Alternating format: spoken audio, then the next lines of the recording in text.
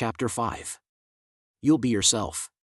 Finally, Crystal struggled with God. Struggled with her identity. Struggled with shame, and for good reason. The sexual abuse had started at age 3 at a babysitter's house. At 5, it happened again, in the home of a different babysitter. The babysitter had an older husband, Crystal recalls, and I remember him making me sit on his lap. I didn't tell my mom about the molestation because I wanted to protect her from more bad news. Crystal knew her mom had endured one divorce, and now after marrying Hank, things got even worse. Hank had anger issues, was always drunk, and became physically abusive to Crystal's mom. One night while trying to scare her mom, Hank threatened to kill little Crystal. Pointing a shotgun at Crystal's head while she slept, he pulled the trigger. He barely missed. By age 6, Crystal had watched 2 marriages fall apart and endured horrific sexual abuse. Her mom started partying each week upstairs in the home of friends, while downstairs, Crystal and her brother were left alone. During my weekly visits, I was sexually abused by someone in the house. It didn't happen every time we were there, but it happened a lot. And it happened for 5 straight years. I didn't tell a soul. But all the shame and the dirtiness and the brokenness that I felt became my identity. This was who I was. That shame-based identity clung to Crystal like wet, smelly clothes. For years, she acted out of this false identity. Until age 33, when she died. Crystal went to the hospital for pancreatitis, and due to complications, she coded. During a hospital stay, I left my body for 9 minutes and went to heaven and stood before God. My life was profoundly and permanently changed down to the very core of my being. But, this is a story that, for the longest time, I didn't want to tell. I was a teacher, someone parents trust to teach and care for their children, and I was afraid that if people heard my story, I'd be shunned and ridiculed and maybe even fired. I was afraid people would think I was flat out crazy. And even though God's instructions to me could not have been any clearer, tell them what you can remember, I struggled to understand why I had been chosen and what exactly He wanted me to do. I struggled, because I'm the least likely person to be telling anyone about God. Put simply, I'm not ever going to be on any short list for sainthood. Early in my life I was a sinner, and I'm pretty sure I broke every one of the 10 commandments. That's right, not just some, all 10. I was a skeptic. I had grown up in the heart of the Bible Belt, been baptized not once but 4 times, gone to church regularly, and heard a million sermons about God. And yet, deep in my heart, I wasn't convinced. Over and over I challenged God to prove He existed, and every time He did, I'd set up a new roadblock, a new challenge for Him to overcome. I saw the hardships in my life as evidence that God had no interest in protecting me from harm. I questioned Him, and I cursed Him. And at times I vowed to cut Him out of my life. One that day in the hospital, Crystal's lips started turning blue, her mom called the nurse called for code blue. Not everyone goes through a tunnel when they die clinically, some just wake up in a new world. I don't remember anything that happened in that room after I told my mother I loved her and closed my eyes and drifted off. The next thing I remember is waking up in heaven, with God. I was aware I no longer had a physical body. I had left it behind. I was now in spirit form. I never examined my form, I was just aware of it, just like we know that we have 10 toes without having to see them. And even without a physical body, I knew that I was still me. The same me that had existed on earth, the same me that had just told my mother I loved her before I died. At the same time, though, I had the stunning realization that I was the me that had existed for all of eternity, too long before my time on earth. Unlike on earth, where I was plagued by doubts and fears, in heaven there was nothing but absolute certainty about who I was. This was a far more complete representation of my spirit and my heart and my being than was ever possible on earth, a far deeper self-awareness than the collection of hopes and fears and dreams and scars that defined me during my life. I was flooded with self-knowledge, and all the junk that cluttered my identity on earth instantly fell away, revealing, for the first time ever, the real me. Before I formed you in the womb, I knew you, God says in Jeremiah 1 verse 5. And now I knew myself. Imagine that. The first person we meet in heaven is ourselves. 3 Uniquely you. Who defines who you are? This is such a critical question, but so few of us have really stopped to answer it. Who has the right to define who you are? What you're worth? What your purpose is? Whether you succeed or fail? How you define your identity is ultra important. What you believe about yourself is what shapes all your decisions and actions. Most of us end up believing things about our identity that are not grounded in God's reality, of who God created us to be, what God created us to do. We believe lies about our identity that the evils of this world inflict on us. We constantly worry about the opinions or approval of others. We experience intense anxiety when we're not succeeding or are not recognized for our accomplishments. We feel sick inside when the stock market drops or we don't get promoted. We find ourselves lowering our standards to new levels, then justifying it in order to prove our worth or get someone to love us. We feel the need to control our spouse or our kids because our identity has somehow gotten wrapped up in what others think or do. When we base our worth or identity on what we do or what was done to us, we will struggle with fear of failure, feel the need to prove ourselves, or manipulate others who get in the way of our success. We will become self-consumed. That's because God never created us to get our identity from what we do or what others did to us, but from who we are to God. Van Lommel notes that many NDE survivors he's interviewed talk of attaching greater value and meaning to life and less importance to material things such as an expensive car, a big house, and a job with status or power. For many people try to perform, accomplish, or gain notoriety to make a name for themselves. What we will see in heaven is that life is not about all that. Uniquely loved. When Dr. George Ritchie had his life review, this matter became evident. Every detail of 20 years of living was there to be looked at. The good, the bad, the high points, the run-of-the-mill. And with this all-inclusive view came a question. It was implicit in every scene and, like the scenes themselves, seemed to proceed from the living light beside me. What did you do with your life? It was obviously not a question in the sense that he was seeking information, for what I had done with my life was in plain view. Hadn't I ever gone beyond my own immediate interests, done anything other people would recognize as valuable? At last I located it, the proudest moment of my life. I became an Eagle Scout. Again, words seemed to emanate from the presence beside me, that glorified you. I saw myself walking forward at a church service at age 11, asking Jesus to be Lord of my life. But I saw how quickly that first excitement turned into a dull routine of church on Sunday. I started to point out my pre-med courses, how I was going to be a doctor and help people. But visible alongside the classroom scenes was that Cadillac car and that private airplane, thoughts as observable as actions in that all-pervading light.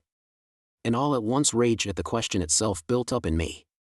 It was not fair. Of course I had not done anything with my life. I had not had time. How could you judge a person who had not started? The answering thought, however, held no trace of judgment. Death, the word was infinitely loving, can come at any age. George thought about the insurance policy he had just taken out with the military, guaranteeing him money at age 70. Before he could pull the thought back, it was out in the open. If he wondered if the Lord had a sense of humor, now he found out.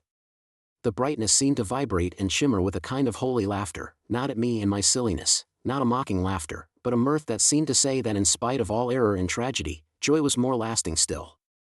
And in the ecstasy of that laughter I realized that it was I who was judging the events around us so harshly.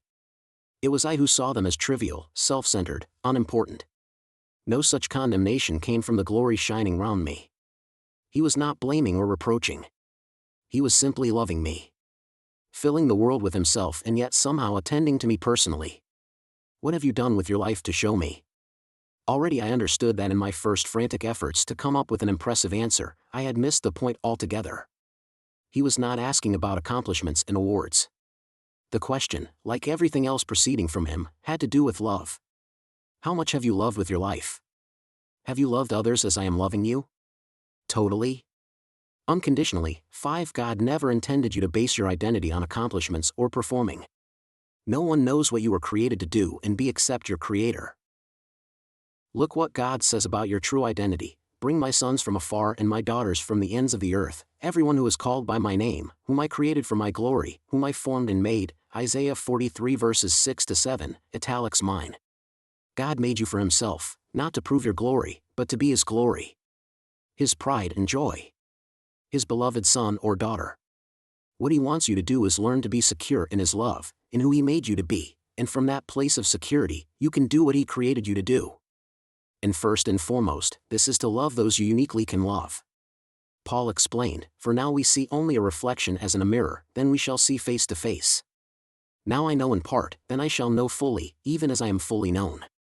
And now these three remain, faith, hope and love. But the greatest of these is love, 1 Corinthians 13 verses 12 to 13. Heaven will be that place where you realize how uniquely loved you are. He doesn't want you to wait until heaven to realize this. He knows my name. Dr. Richard Eby, who plunged 2 stories headfirst to the cement sidewalk below, recounts how personal the experience of life was following his death. I was dead on impact. Instantly, with a thud, I arrived at a place that was so ecstatically loaded with love, I knew it was heaven. I looked to see what I landed on. My feet were the same size and shape. I recognized myself by the conformity to my earthly self. Suddenly I had a mind that thought with a speed incomputable on earth. The first time I heard the Lord's voice, he said, "Dick, you're dead." Though I heard the voice within me. That he called me by my name showed me the intimacy he has with my existence. I asked, "Why did you call me Dick?" It was a name used only by close friends and family. He said, "When I died for you on the cross, it was a most intimate thing." 6 After 10 hours as a bloodless, lifeless corpse, Richard miraculously revived, but he never forgot how personally he is known and loved. Think about it, we all want to make a name for ourselves. But why? We want our lives to count, to matter, to be worth something. Yet, apart from God, your name will not be remembered. Try something, quickly. What are the names of your great-grandmother and grandfather? Great-great-grandmother or grandfather? Most of us don't know. That's only 3 or 4 generations removed from us, and we owe them our lives, yet they've already been forgotten. Even if they've been remembered, most names will be forgotten within 100 years, and all will be forgotten eventually. Yet we all want to be remembered. Wise King Solomon said it's because God has set eternity in the human heart, Ecclesiastes 3 verse 11. We want our lives to count. We want to be remembered. We want a name that will last, because God made us for himself for eternity. Jesus taught that God the Father wants us to live in the security of knowing how valuable we are to him. Are not 2 sparrows sold for a penny? Yet not one of them will fall to the ground outside your Father's care. And even the very hairs of your head are all numbered. So don't be afraid, you are worth more than many sparrows, Matthew 10 verses 29 to 31. God knows you better than you know yourself, but you don't know how many hairs you have, or once had. He alone knows how valuable you are. Everything about him is love. Yes, love for you, and it seemed as if the love is only for you, Dean reminisced after his NDE. Yet you know in yourself that he loves all, but the love for you is so personal it seems as if it is only for you. You know he has cared for you forever and will continue to care for you forever. 7 No one else has the right or ability to say what you're worth except the one who created you. He alone knows your name. In the book of Revelation Jesus says, "To everyone who is victorious, I will give to each one a white stone, and on the stone will be engraved a new name that no one understands except the one who receives it." Revelation 2 verse 17 NLT, italics mine. The promise of heaven is that one day, you will truly know who you were created to be. To God, you are already one of a kind. No one else can have the unique relationship with God that he created you to have. Imagine in heaven when you finally realize how special you are to the most important being in the universe. Gary Wood, who died in the car accident, said, "A radiant, beautiful light came from him. When he looked at me, his eyes pierced me, they went all the way through me. Just pure love." His words came as the same sound as the water flowing over Niagara Falls. Tell people they are special and unique, each one. God made every one of his children to have a divine purpose, which only they can accomplish in the earth. 8 A unique purpose we don't feel fully known, understood, or valued by others or even ourselves. That's why we labor to prove ourselves, get people to notice us, make a name for ourselves, or try to be someone else. Imagine how in heaven, all this gets replaced with an unbelievable clarity of who God created you to be, fully yourself, fully unique, for a unique relationship with your Creator. We won't lose our earthly identity, it will finally be known to us fully. We won't lose our humor, our unique personality, our unique look, our emotions, or our history and memories. We will finally be ourselves, fully. We will be all this, without all the confusion and wounds and lies that clouded our true identity. He alone knows who he created you to be. He alone knows what a successful life uniquely means for you, not compared to others, compared to what he had in his mind before he created anything. I believe the reason people having NDEs say "I feel like I'd been here before," or "I feel like I had always existed," is because you did exist in the mind of God eternally. In heaven, we get clarity on who he intended us to be before we were born. Knowing how God sees you sets you free to accomplish things God created you to accomplish. It sets you free to use your unique gifts, time, and resources to make an impact that lasts for eternity, not to prove you're worth something, but because you're worth everything to God. God saved you by His grace when you believed. And you can't take credit for this, it is a gift from God. For we are God's masterpiece. He has created us anew in Christ Jesus, so we can do the good things He planned for us long ago. Ephesians 2 verses 8 and 10 NLT. You are His masterpiece. His one-of-a-kind work of art. But we're all damaged masterpieces in need of restoration. He wants everyone to receive His gift, salvation, being set right with God. When you know you're right with God, not because of what you have or have not done, but because of what God has done for you, then you don't need to prove your identity. Then you're free to accomplish the things God planned for you before you were born. People having an NDE get a clear message: God has a purpose for you still. A man in Dr. Long's study wrote, I didn't want to go back, but I was told that I had to buy a man in light. I was being told that I had not completed what I had to do in life. I came back into my body with a sudden lurch. A 13-year-old girl who died in surgery recalls, I heard a voice that seemed soft yet authoritative tell me, my child, go back, for you have much work left to do. I was instantly back in my body. Instantly. 10 While recovering from surgery, Mark's weakened heart stopped. As the doctors worked feverishly to bring him back, Mark took a journey down the most beautiful road I have ever seen, one that took him through a mountain paradise. Mark began to hear a voice that seemed to be from nowhere, yet everywhere. Mark. You must go back. Go back? No. No. I can't go back. Again the voice said, you must return, I have given you a task you have not finished. No, no, please, God, no. Let me stay. The voice of the Supreme Being seemed to emanate from nowhere but at the same time from everywhere. 11 What's my unique purpose? But what is my purpose? How am I supposed to know what God has me uniquely here to do? I think often we make it complicated because we want our purpose to give us identity, but God means it to work the other way around. Moses said it and Jesus reiterated it, to love God is the first and greatest command, our purpose. To love our neighbors, those He puts in our lives, as much as we love ourselves, that's second. Do those two, Jesus taught, and you fulfill the intent of all the other commands of the Bible, Matthew 22 verses 34 to 40. Even those who don't know the Bible bring back this same message from the other side. God has us uniquely here for a purpose, and love is central to that purpose, whatever else we accomplish. Howard Storm, an art professor who had an NDE, said, God brought my wife and me together to learn love. I saw it in my life review. God gives us each other to learn how to love. This is our job.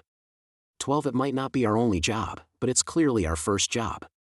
Steve Sjogren was the pastor of a large church doing lots of good serving Cincinnati in thousands of ways.